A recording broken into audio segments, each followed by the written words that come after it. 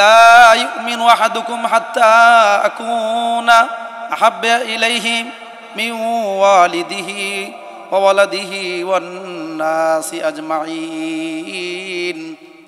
আল্লাহর হাবিব বলেন, তামাম পৃথিবীর সমস্ত মানুষের চেয়ে, মা বাবা ছেলে সন্তানের চেয়ে যতক্ষণ পর্যন্ত তোমরা একজন পূর্ণাঙ্গ ইমানদার হতে পারবা না, ততক্ষণ পর্যন্ত কোনো উম্মত কামেল মুমিন হতে পারবে না।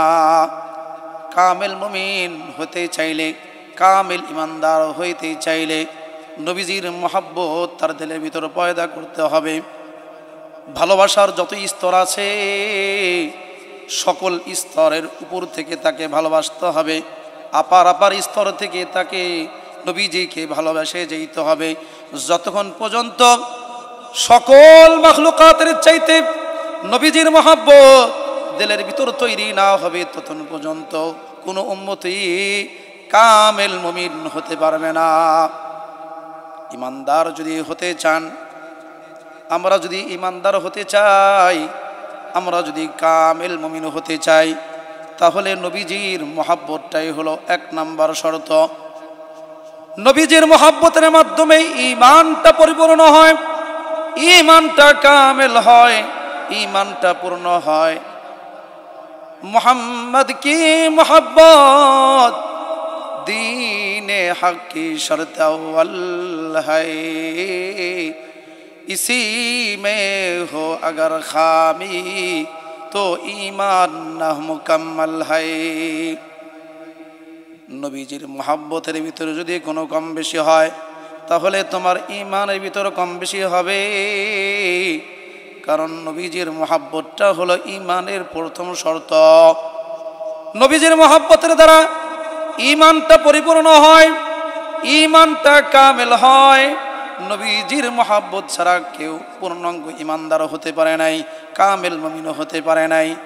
সাহাবায়ে কেরাম নবীকে কি পরিমাণ ভালোবেসেছেন, এই ভালোবাসার দৃষ্টান্ত যদি পেশ করা হয়, এরকম বহু সময় চলে যাবে, বহু মাহফিল শেষ হয়ে যাবে, বহু দিন পার হয়ে যাবে, কিন্তু নবীজির সাহাবায়ে কেরামের ভালোবাসার আলোচনা শেষ হবে না। আমার ভাইরা, সাহাবায়ে কেরাম থেকে নিয়ে আমাদের এই যুগ পর্যন্ত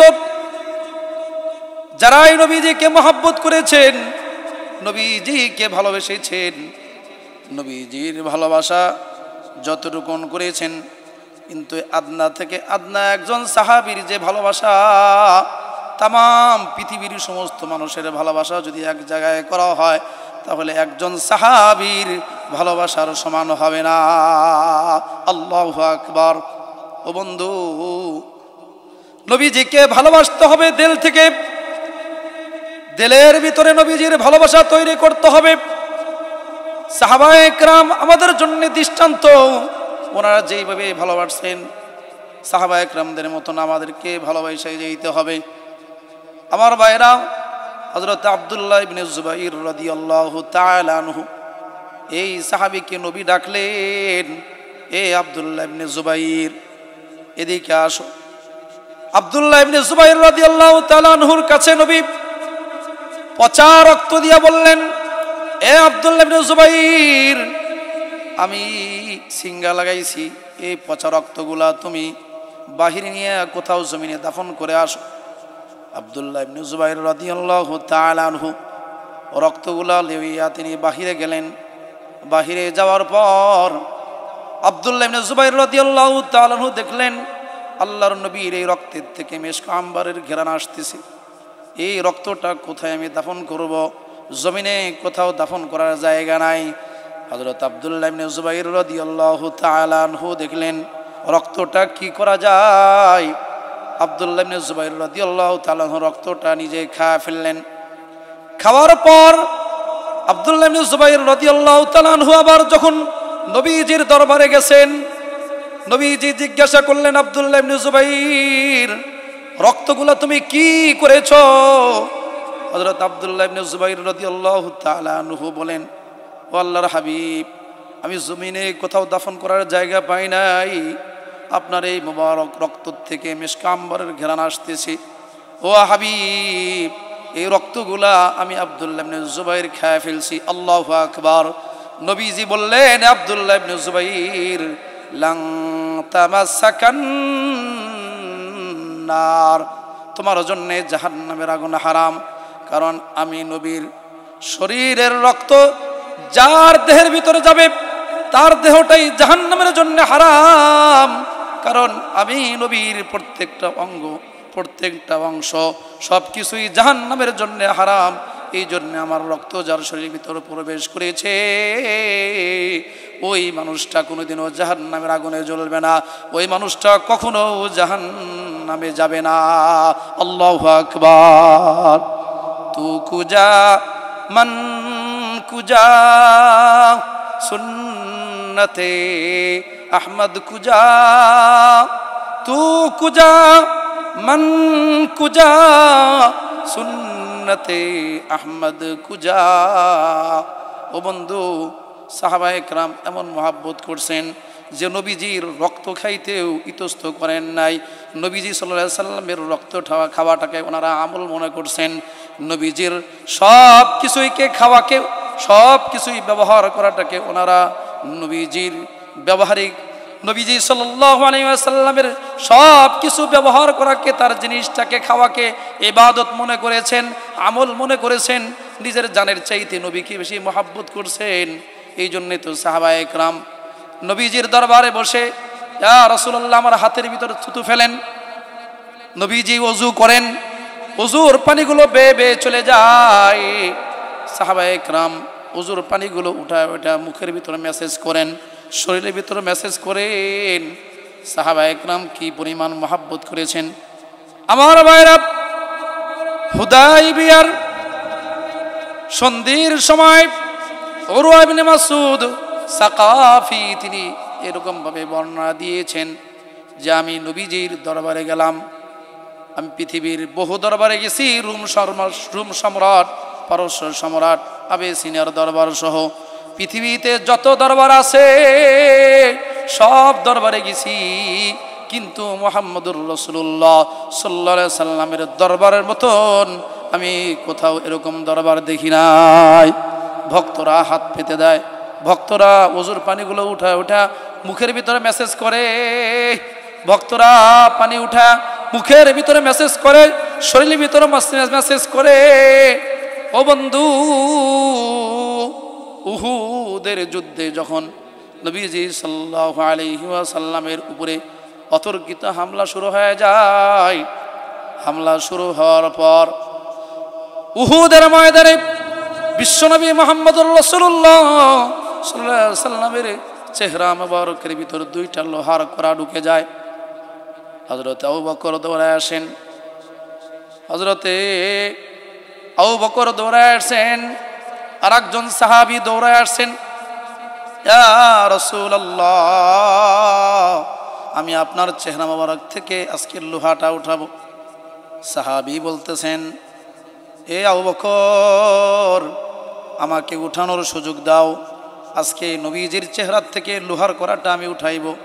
এই সাহাবী চেহারার ভিতর কামড় দিয়া যখন লোহাটা উঠাইছেন, চেহারার ভিতর থেকে লোহা উঠানোর পর ওই সাহাবীর দাঁত ভেঙে গেছে। একটা দাঁত ভেঙে যাওয়ার পরে তিনি ওই দিক ভ্রুক্ষেপ করেন নাই, আর একটা দাঁত তিনি উঠাইছেন, উঠানোর পর আর এক দাঁতও ভেঙে গেছে। এমন সময় আবু মুসা আশআরী রাদিয়াল্লাহু তাআলা আনহুর বাবা হযরতে মালিক বিন সিনান রাদিয়াল্লাহু তাআলা আনহু, তিনি দেখেন নবীজির চেহারা মোবারক থেকে রক্তগুলো নিচের দিকে বেয়ে বেয়ে আসতেছে।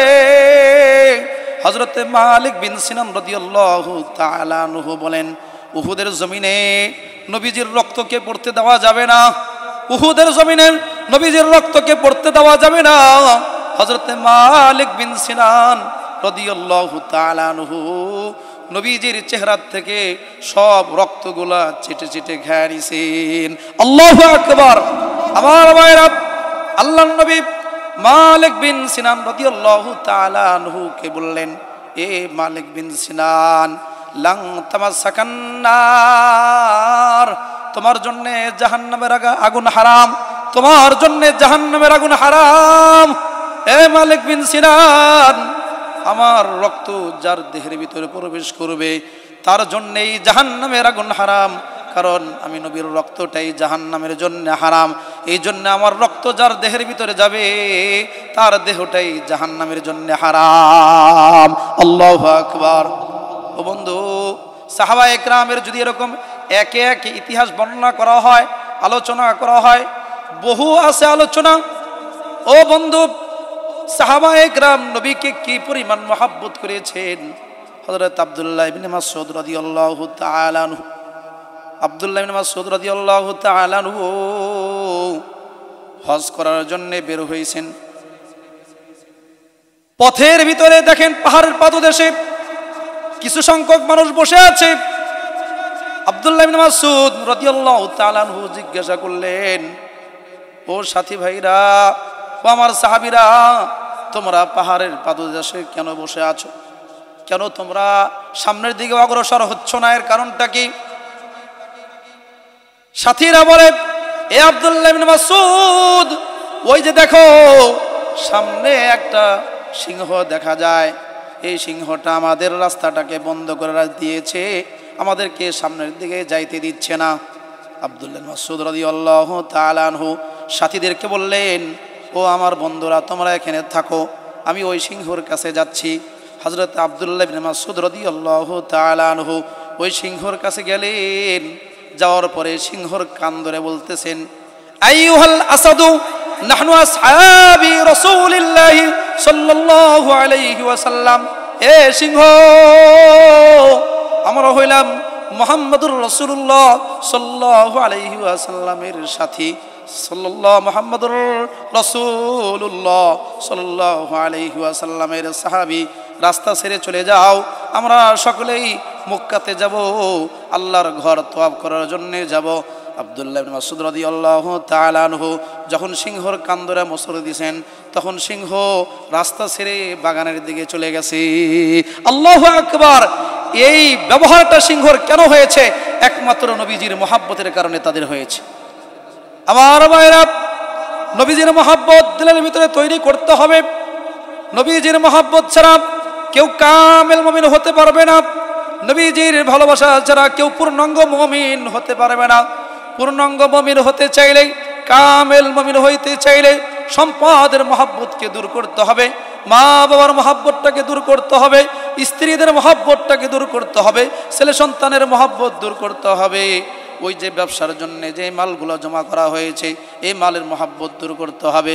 বসত বাড়ি যেগুলো আছে, এই বসত বাড়ির জায়গাগুলোর মহব্বত দূর করতে হবে। সব মহব্বত, সম্পদের সকল প্রকারের মহব্বত দূর করে একমাত্র নবীজির মহব্বতটাই দিলের ভিতরে পয়দা করতে হবে।